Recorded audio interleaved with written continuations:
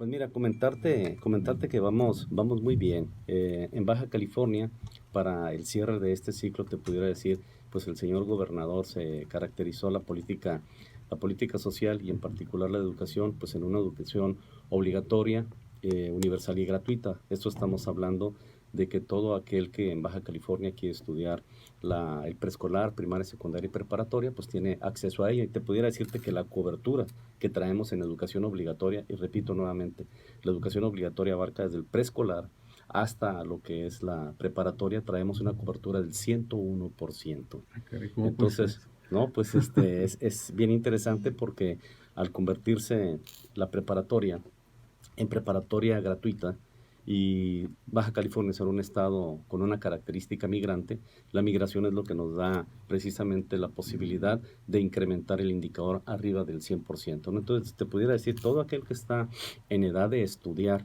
la educación obligatoria y que quiere estudiar la educación obligatoria, lo hace sin ningún problema. Claro que tenemos que, por obligación, cumpliendo con los objetivos del desarrollo sustentable establecido con los compromisos con la OCDE, bueno, estamos cumpliendo cuando menos con tener la prepa terminada, ¿no? Una obligación en donde pues todos los papás tienen que mandar a sus niños al preescolar, a la primaria, a la secundaria. Entonces, te digo, muy bueno, son 101% la cobertura y en esto pues es la explicación del por qué el gobierno del estado está invirtiendo más del 50% de su presupuesto en educación. Comentarte que los esfuerzos que ha hecho la política financiera del gobierno del estado, te pudiera decir, vamos a cerrar el ciclo escolar o ya cerramos el ciclo escolar 17-18 y en comparación al año pasado estamos cerrando el ciclo y en el tema de interinos, pues les pudimos pagar a todos nuevamente. Te dijera, hay una Sí, ventanilla que se llama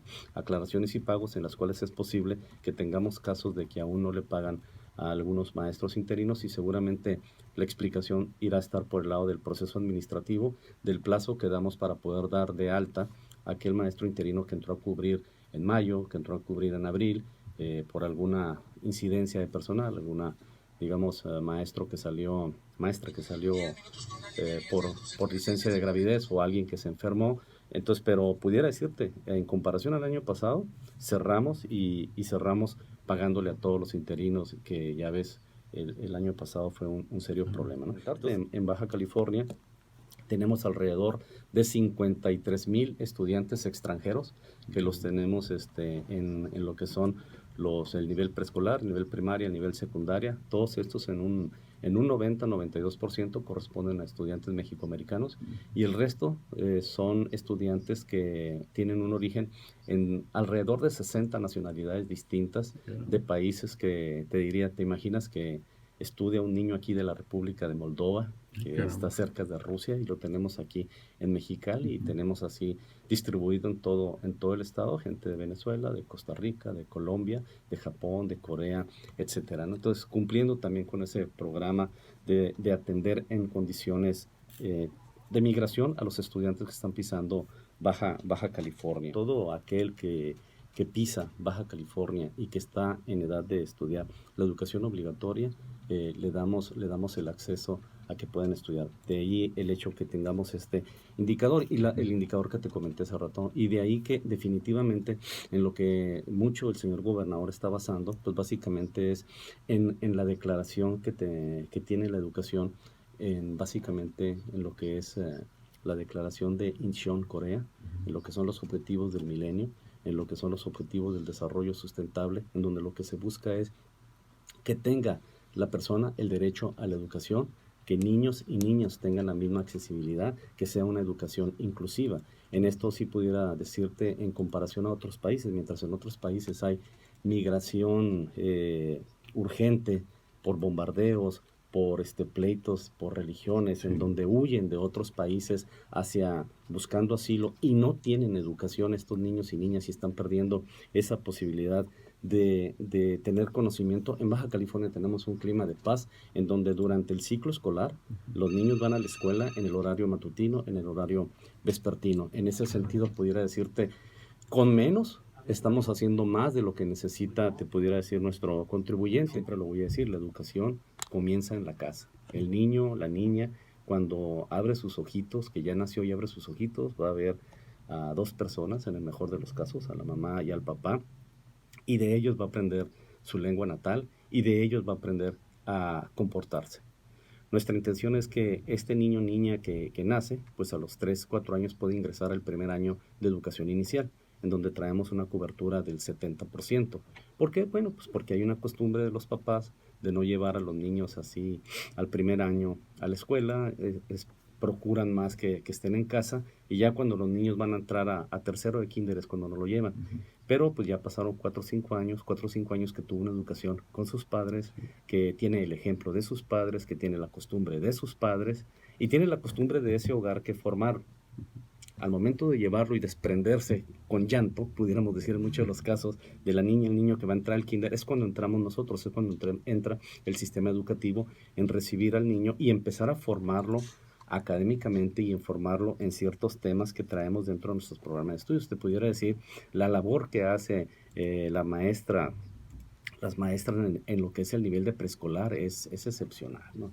Se puede constatar en todos los jardines de niños, en todas las escuelas de preescolar que tenemos, cómo las maestras hacen hasta lo imposible para poderlos enseñar a leer, para que tengan un razonamiento lógico matemático, para que puedan leer rápidamente, integrarse en equipo, la colaboración que hay en grupo, el respeto hacia los demás. Lo he constatado en las visitas que he hecho a diferentes jardines en todo el estado. Trabajan arduamente. Esa hojita en blanco que nos llevan los papás y que nos la entregan cuando entran al kinder, las maestras de preescolar hacen una labor muy buena, y luego ¿qué hacen ellas? Enviarla a la primaria, cuando pasan a la primaria, y la labor es la misma, nada más que pudiéramos decir la escuela es la segunda casa, es a donde se va a aprender, pero siempre la parte del ejemplo es en la parte de la casa, ¿no? Si en la escuela le estamos diciendo no eches mentiras, sé íntegro, no tomes cosas que no son tuyas,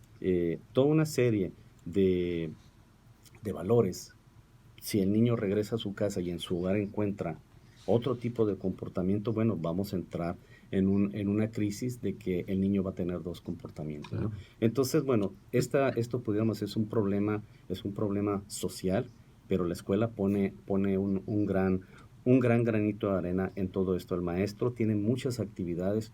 Puedo hablarte de profesores excepcionales que tenemos, que verdaderamente son unos transformadores de vida, que desde que, perdón por la palabra que voy usando, pero cuando cachan a la niña, al niño, los desarrollan de una manera que hacen muy buenos estudiantes, profesores que se preocupan por organizar concursos de ajedrez, concursos de geometría, concursos de matemáticas, que participen en la escolta, generándole valores cívicos muy importante para los niños, metiéndolos en lo que es la banda de guerra, en diferentes actividades deportivas, ¿no? De ahí que casi siempre para venir finalizando el ciclo escolar, pues tenemos la Olimpiada del Conocimiento Infantil, viene la parte de los niños funcionarios, que es toda una labor que realizan tanto en primaria como en secundaria, para que el jovencito o la jovencita pues se preparen para la preparatoria, ¿no? Ya una vez que llegan a la preparatoria, pues te pudiera decir, es una etapa en donde la adolescencia significa una complejidad en la madurez del joven, y bueno, también tenemos diferentes programas en la preparatoria, pero ya aquí tenemos que en la preparatoria el alumno comúnmente va solo de su casa a la escuela, ¿no? Y el trayecto de su casa a la escuela pues tampoco es parte del control que nosotros tenemos. Yo creo que hemos avanzado en esto bastante. Los maestros se siguen preparando, los seguimos capacitando, y pudiera decirte a qué nos vamos a enfrentar, o cuál es el reto: a seguir formando ciudadanos, muchachos, muchachas para la vida, darles un sentido del por qué están estudiando. Pues están estudiando para precisamente generar mayor riqueza para el Estado, para incorporarse al desarrollo económico y que verdaderamente tengan una vida mejor.